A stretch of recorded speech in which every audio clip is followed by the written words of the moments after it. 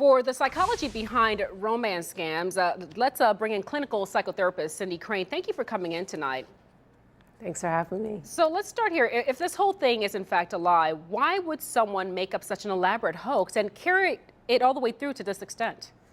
I think if anything, Manti was victim of being just very naive and having kind of a willingness to want so much to have this idealized romantic relationship and kind of got sucked into his own story. So when a hoax like this starts taking on a life, why not just fess up? Why not just stop it in its tracks and stop the charade from going on?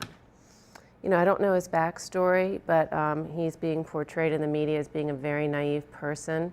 And I'm just wondering if it became sort of an issue psychologically of idealization, you know, sort of rationalizing some of the information he didn't have and just believing so much and wanting so much to believe that this person was real that he ignored some of the signs. Someone who believes something like this, like Manti, if in fact that is the case, how scarring is it to this person psychologically when something like this happens, when they realize they've been duped in such a big way? Oh my gosh, I would want to make sure that he has tons of supports around him.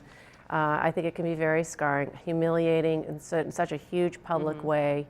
I would want to make sure that he had people kind of watching him and making sure that he contracts for safety for himself. I think he's at risk for himself.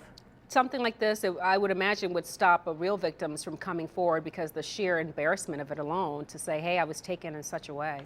Maybe. You know, I think the internet is very powerful, and to be honest, I think the media played a role in this too. There were a lot of media people whose jobs depended on them continuing to spin this story, this romantic story. And I think the internet itself becomes a very credible source of information for so many of us, including the media. Let's go to this other side. Let's say Manti is this mastermind and he came up with this elaborate hoax. Is there some sort of a psychological thrill that a perpetrator would get from something like this? You know, is it the fear of discovery perhaps that drives them? Why would someone do this if this was their intent?